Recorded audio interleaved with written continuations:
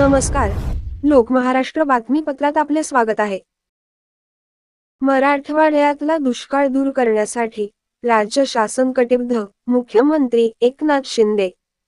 मराठवाड्यातला दुष्काळ दूर करण्यासाठी राज्य शासन कटिबद्ध आहे, असं मुख्यमंत्री एकनाथ शिंदे यांनी म्हटलं आहे. केंद्र सरकारच्या मदतीनं मराठवाड्याचा नदीजोड प्रकल्प राज्य शासन पूर्णत्वाला नेईल, असंही त्यांनी सांगितलं.